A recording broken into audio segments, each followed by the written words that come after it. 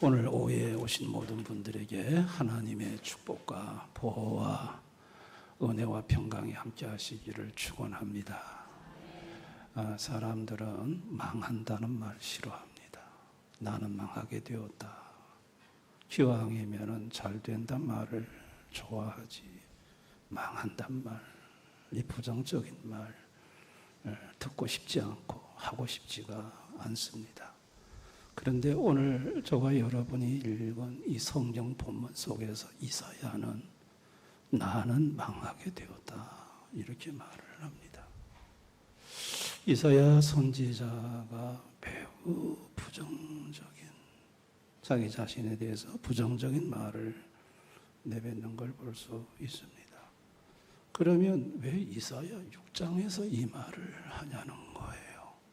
여러분이 이사야 1장을 읽어보면 이스라엘 백성들은 패역한 백성이고 소돔과 고모라와 같이 하나님이 조금 남겨주지 않았으면 망할 백성이고 3장에 가면 멸망할 백성이고 아주 무서운 예언을 이사야가 하거든요.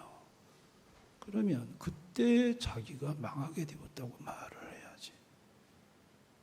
왜 이사야 6장에 와가지고 이사야는 자신이 망하게 되었다고 말을 하냐는 거예요. 아니 1장부터 하나님의 말씀 자체가 이스라엘 패역한 백성, 망할 백성으로 하나님 말씀하시고 그것도 자기 입술로 그 말을 내뱉었단 말이죠. 그러면 1장부터 나는 망하게 되었도다 이렇게 해야지. 갑자기 6장에 와가지고 나는 망하게 되었다 이렇게 고백을 해요. 무엇이 이사야로 하여금 이런 고백을 하게 만들었을까? 여러분, 죄로 타락한 인간은 자기 시각을 하나님께 고정하지 않습니다.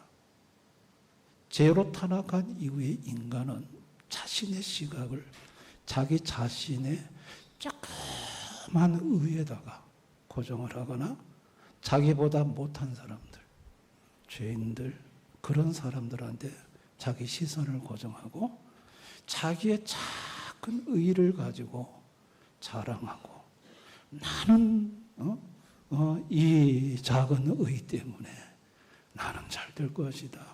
성공할 것이다. 나는 저 죄인보다 내가 더 바르게 사는 사람이므로 나는 복받을 것이다. 사람들은 이렇게 생각하는 경향이 죄로 타락한 인간에게 있습니다. 여러분 이사야도 6장 1절부터 5장까지요. 계속해서 패역한 백성, 망할 백성 하나님 얘기하는데 그거는 나와 상관없는 얘기. 이스라엘 백성들이 들어야 될 얘기. 나는 선지자. 하나님이 택해서 나를 선지자 직분으로 쓰는 거룩한 선지자. 나는 저들과 달라. 이 말씀은 나와 관계된 말씀이 아니야.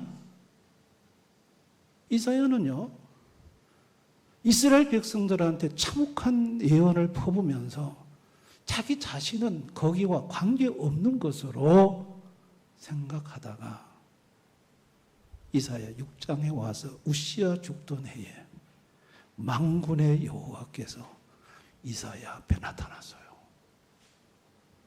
하나님을 대면했어요. 하나님을 대면하고 난 이후에 이사야는 나는 망하게 되었도다. 화로다. 내 입술이 부정하다. 그렇게 고백하는 자로 이사야가 바뀌는 걸 볼 수 있습니다.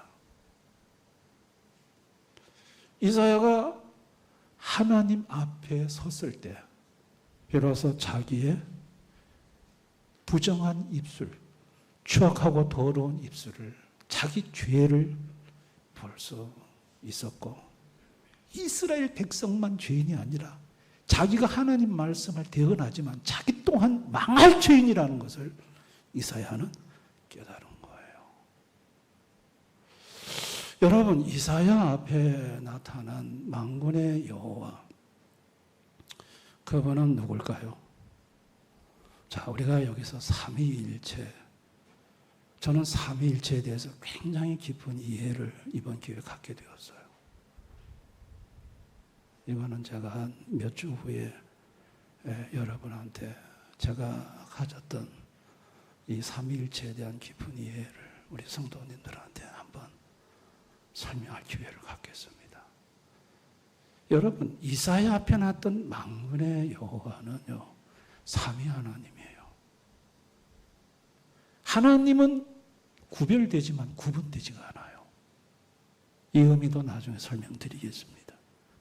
그런데 삼위 하나님 중에 이사야의 죄를 지적하고 부정한 입술을 스랍을 보내서 죄를 정결케 하는, 죄를 지적하고 죄를 속죄시키는 이 사역은 삼위 중에 구속자, 중보자 하나님의 사역이에요.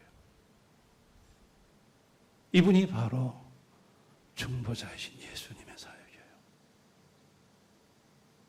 지금 삼위 하나님 중에 지금 이사야가 보는 것은 구속자 하나님. 그러면 구속자 하나님하고 성부 성령하고 떨어져 있느냐? 아니에요. 그분들은 구분하지 않아요. 이거는 나중에 이 부분을 깊이 있게 한번 여러분한테 좀 다루도록 하겠습니다. 그런데 지금 현재 죄를 지적하고 죄를 속죄해 주시는 이 하나님은 구속자, 중보자 하나님이라는 걸 우리가 알 필요가 있습니다. 자, 그 중보자 하나님은 지금 높은 보좌에 앉아 계세요. 스랍들로부터 거룩하다, 거룩하다, 거룩하다 찬송을 받고 계세요. 그분은 죄를 드러내시고 부정한 입술을 정결케 하시는, 죄를 사하시는 일을 하시는 하나님이세요. 아멘. 여러분, 그 중보자께서 육신을 입고 이 땅에 오셨죠? 자, 오셨을 때 보세요. 그 중보자 하나님을 육신으로만 대한 사람들은, 그들은 그 중보자를 통해서 자기 자신의 죄를 보지 못했어요. 그러나 그 중보자를 하나님으로 대면한 사람은 자신의 죄를 봤어요. 여러분, 예수님이 중풍병자를 네 사람이 메고 왔잖아요. 그럴 때 소자야, 내 죄 사함을 받았다 하면서 중풍병자 고쳐주죠. 그럴 때 그 현장에서, 예수님이 죄를 사하시는 그 현장에서 지켜봤던 사람들 중에는 예수님 보고 신성모독을 하고 있다고 비난했어요. 그들은 누구죠? 그들은 예수님에게서 하나님을 본 게 아니라 그냥 육신만 본 거예요. 육신만 보고, 육신만 보는 그들은 자기들의 지식을 보는 거예요. 지식. 자기들이 성경을 많이 알고 있는 그 지식을 보고, 그 지식을 가지고 판단을 하고, 그 지식을 자기 의로 삼고 있었어요. 그리고 판단 내렸고 정죄했습니다. 근데 여러분, 베드로 한번 보세요. 베드로는 물고기를 깊은 데 가서 그물을 던지라 해서 그물을 던졌잖아요. 자, 그물을 던졌을 때 2배가 가득하게 잡혔어요. 자, 베드로가 뭐라고 예수님 앞에 고백을 하죠?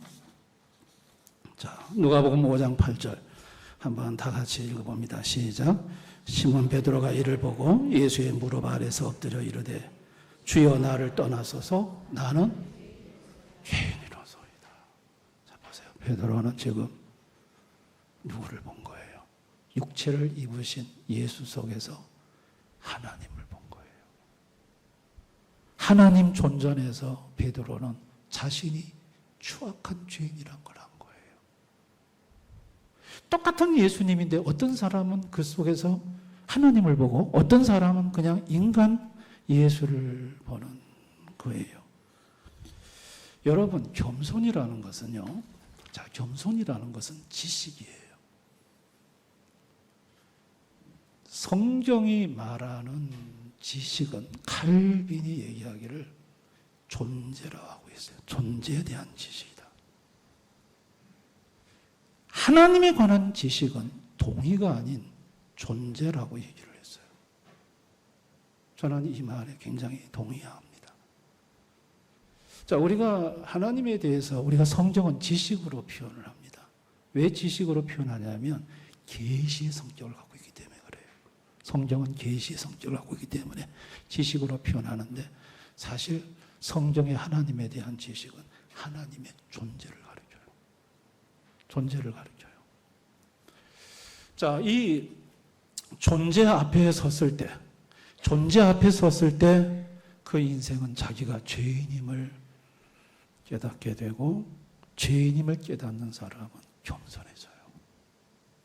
그러나 존재가 아닌 지식을 단순히 동의로만 대하는 사람은 자신이 죄인이라는 것을 깨닫지를 못해요. 그건 자기 지식이 자기의 의가 되고 자랑이 된다는 것을 알 수가 있습니다.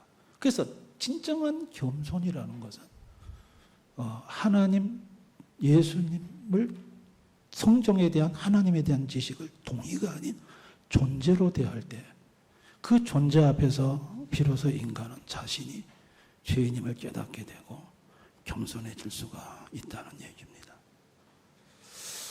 자, 이사야는 지금요, 이사야 6장 1장에서 5장까지는 그는 하나님을 지식적인 동의로, 하나님에 대한 지식을 동의로 인정할 때는 자기가 죄인이라고 자기 입술이 부정한 자라고 생각 안 했어요.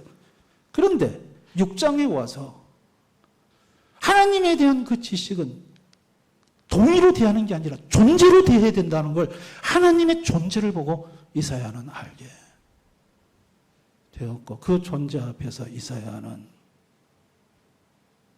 자신은 입술이 부정한 자라고 고백을 하게 되고, 입술이 부정한 자라고 고백을 하면서 나는 망하게 되었다, 화가 내게 임할 것이다 라고 고백할 때, 그때 비로소 하나님의 놀라우신 선하심이 임하는 걸 볼 수 있어요. 주님으로부터 수랍이 와서 입술에 부정한 입술을 정결케 해주고, 또 이사야의 귀에 들려오는 음성은 누가 나를 위해 갈고, 그래서 이사야가 내가 여기 있습니다, 나를 보내 주옵소서 하니까 이사야를 보내는데, 여러분, 이사야서는요 오실 중보자에 대한 가장 많은 예언이 기록되어 있는 책이에요. 그가 찔림은 우리의 허물을 인하며 그가 상함은 우리의 죄악임이라. 그 전부 이사야서에 있잖아요. 그렇죠? 결국은 이사야가 하나님에 대한 지식을 동의가 아닌 존재로 대하는 순간 자신의 실체를 알게 되었고, 자신의 실체를 알고 난 이후에 하나님의 놀라운 선하심의 역사가 이사야에게 임했다는 얘기입니다. 자, 오늘을 살아가는 현대인들은요, 과연 자기 자신을 알까요? 자기 자신이 죄인이라는 걸 알까요? 모르죠. 오늘을 살아가는 현대인들은 자기가 잘하는, 자기가 하는 조그만 의를 보고 그 의를 자긍하고 자부심 삼고 자랑하고 그렇게 살아요. 자기보다 못한 인생을 보면서 자기는 그래도 대단하다고, 하나님을 보지 못해요. 하나님을 대면하지 못해요. 이것을 칼빈은 두 지식이라고 말을 합니다. 인간은 하나님에 대한 지식과 자기 자신에 대한 지식, 이 두 지식이 있는데, 이 두 지식은 연결이 되어 있다고 말을 합니다. 연결이 되어 있다. 그래서 이제 하나님에 대한 지식을, 그 지식이 동의가 아닌 존재로 이해하는 사람은 반드시 자기 자신을 정확하게 안다는 거예요. 나는 죄인입니다 라고 알고 또 하나님에 대한 지식을 단순히 존재가 아닌 동의로 이해하는 사람은 나는 죄인이라고 생각하지 않는다는 거예요. 나는 죄인이라고 정말 인정하는 사람은 하나님을 동의로 이해하는 게 아니라 존재로 이해하는 사람이라는 거예요. 이 두 지식은 연결이 되어 있다는 것입니다. 자, 오늘날 우리 교회 성도님들이 신앙생활을 하면서 내가 그동안 교회 생활을 하면서 성경도 많이 읽고 성경 공부도 많이 하고 많은 지식을 가졌어요.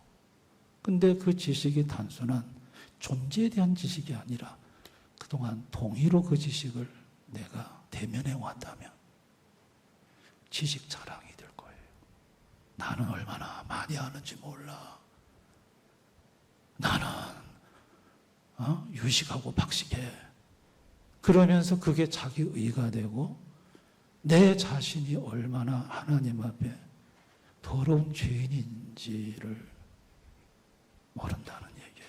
그러나 지식을 동의가 아닌 존재로 대한 성도는 그 존재 앞에서 자기의 허물을 보고 자기 죄를 보고 나는 죄인입니다라고 고백을 한다는 것이죠.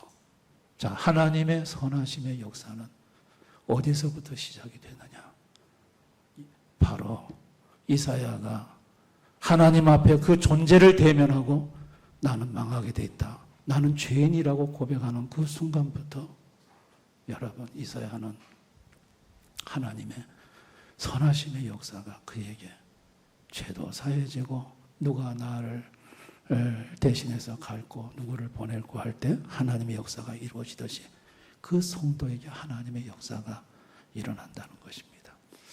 자, 오늘 제가 이 오후 시간에 설명을 드리는 것은 하나의 교리적인 설명을 어떻게 하든 여러분이 좀 쉽게 이해하기 위해서 제가 지금 풀어봅니다만은 제 개인적인 체험도 마찬가지입니다. 저는 교회를 다니면서 단순히 하나님에 대한 지식을 동의로 대하고 있을 때는 저는 제 자신이 죄인이라고 생각해 본 적이 한 번도 없습니다.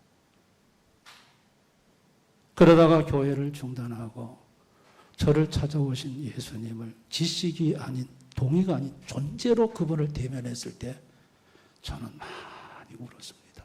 제가 죄인이라는 사실을 깨닫게 되었고 그리고 회개하게 되고 눈물을 흘리고 그때부터 주님의 선하신 손길의 역사가 제 신앙 삶에 나타나기 시작하는 것을 경험을 했습니다. 자, 이 오후 시간에 졸림이 많이 오는 이 오후 시간에 이 말씀을 간단하게 정리를 하겠습니다. 자, 우리가 이 신앙생활을 하면서 하나님에 대한 지식을 우리가 대하는데 내가 그 지식을 동의로 지금까지 대해왔느냐 아니면 존재로 대해왔느냐를 한번 점검해 볼 필요가 있다는 얘기입니다. 한국교회가 제자훈련을 비롯해서 많은 교육이 있었습니다. 그러다 보니까 성도님들의 이 지식이 굉장히 많아졌어요.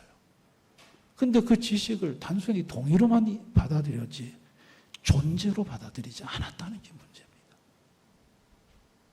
그래서 하나님의 생성한 선하심의 역사를 삶 속에서 경험하지 못할 때가 참 많은 것이 오늘날 한국교회의 현실이라고 생각하고 저는 이 점을 칼빈이 그의 기독교 강요에서 잘 지적해 주었다고 생각을 합니다. 제가 이해한 부분을 여러분한테 좀 쉽게 설명해서 설명을 드립니다. 그래서 한번 그러면 목사님 어떻게 하면 하나님에 대한 지식을 존재로 내가 대면할 수 있습니까? 그 방법은 뭡니까? 자, 그 방법은 이렇습니다. 여러분들이 하나님의 말씀을 들을 때 그게 목사의 설교를 통해 듣든지 여러분이 성경을 통해 듣든지 성령께서는 반드시 하나님의 말씀으로 여러분에게 역사합니다. 하나님 말씀과 성령의 역사는 분리되지 않습니다. 하나님의 말씀을 듣는 순간 여러분 가슴 속에 그냥 지식이 아니라 예수 그리스도의 존재가 느껴지고 그분의 인격이 느껴지고 그러면서 여러분 속에 그분 앞에 서서 내가 내 자신을 갑자기 보게 되는데 내가 죄인이었구나 라는 것이 깨달아지고 그리고 그분 앞에서 진심으로 여러분이 이사야와 같은 고백을 하기 시작한다면 바로 그 순간에 하나님의 선하심의 역사가 시작이 된다는 것입니다. 아멘. 저는 이와 같은 은혜를 우리 대연의 성도들이 경험하기를 원합니다. 교회 생활을 오래 하면서 이 교회 생활의 신앙이 지식이 되어 자랑이 아니라 그 지식이 존재가 되어 그 존재 앞에 자신의 허물과 죄를 보고 통회하고 자복하면서 하나님의 선하심의 능력을 맛보고 경험하는 그런 성도들이 되었으면 좋겠습니다. 그런 분들이 다 되시기를 주님의 이름으로 축원합니다. 오늘 이 말씀을 생각하면서 우리 한번 통성으로 이 시간 기도하겠습니다. 기도할 때 말씀이 내 가슴에 깨달아진 대로 그 말씀을 가지고 주님 앞에 내가 하고 싶은 말을 심정으로 올리는 것이 기도입니다. 우리 한번 잠시 이 말씀을 가지고 한번 주님 앞에 나가서 기도하겠습니다. 다 같이 기도합니다. 아버지 하나님,